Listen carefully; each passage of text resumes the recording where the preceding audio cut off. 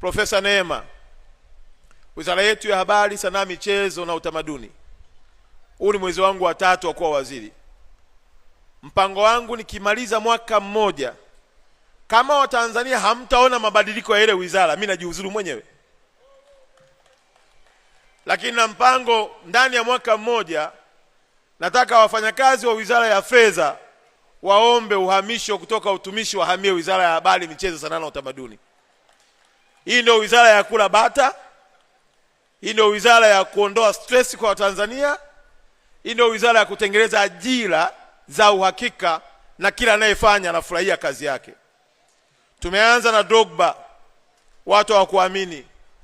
Lakini nazo habari njema, Profesa Neema, mwenyekiti wetu wa bodi ya CRDB, siku ya Jumanne namshusha Rio Ferdinand.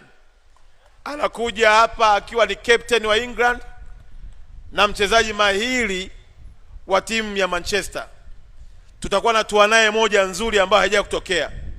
Na moja sababu kubwa ya kumtaka yule, mabingwa wote na mabilionea wote akiwemo David Beckham ni watu wake.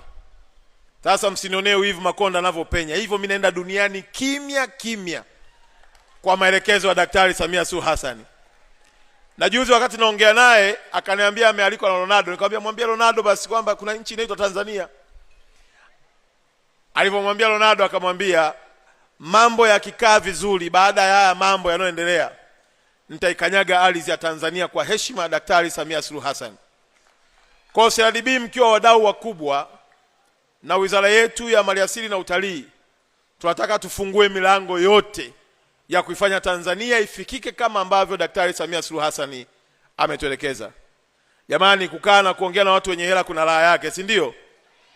Si kuna raha Naomba niwaage kwa kusema hivi, muangalie tena jirani yako. Muangalie tu. Wewe muangalie, muangalie tu machoni, macho kwa macho. Muangalie tu jirani yako.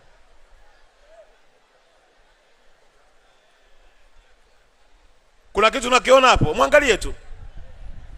Kuna kitu unakiona? Kuna kitu unakiona hapo? Unaona lakini vizuri? Unaona vizuri jamani?